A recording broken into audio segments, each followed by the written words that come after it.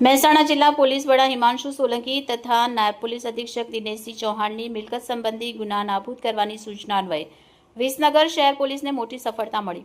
વિસનગર શહેર PI KP પટેલના માર્ગદર્શન હેઠળ સર્વેલન્સ સ્ક્વોડના માણસ જ્યારે કડા ચોકડી પાસે ટ્રાફિક કામગીરીમાં હતા ત્યારે સ્ટાફના ગોવિંદજી, દશરથજી તથા નિકુલકુમાર કાંજીભાઈને સંયુક્ત બાતમી મળી હતી કે સુરતના સચિન પોલીસ સ્ટેશન વિસ્તારમાંથી ચોરાયેલી રિક્ષા લઈને એક ઇસમ વિસનગર તરફ આવી રહ્યો છે। પોલીસે ફિલ્મી ઢબે વોચ ગોઠવી દબોચી લીધો। બાતમીવાળી બજાજ સીએનજી રિક્ષા આવતા જ પોલીસે તેને ચારે તરફથી કોર્ડન કરી રોકી લીધી। રિક્ષા ચાલકની પૂછપરછ કરતા તેનું નામ જયેશ ઉર્ફે જયલો ઉર્ફે બાદશાહ ગૌરીશંકર રાવલ હોવાનું સામે આવ્યું, જેણે સુરતથી આ રિક્ષા ચોરી કરી હોવાની કબૂલાત કરી।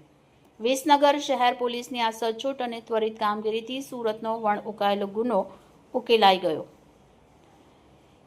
Hitesh Shah, bullet 26 Gujarat news, Visnagar.